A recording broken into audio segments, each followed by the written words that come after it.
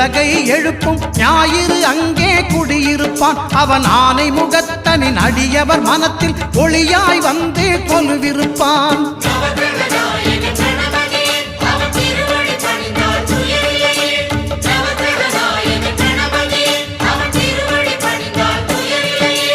ஒன்பது கோளும் ஒன்றாய் காண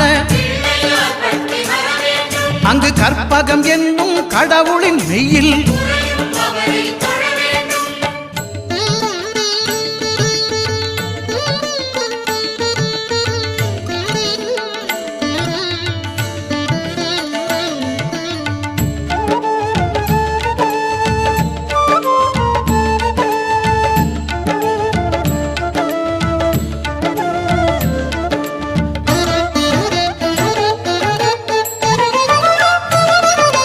திங்கள் பகவான் திருமுகம் காண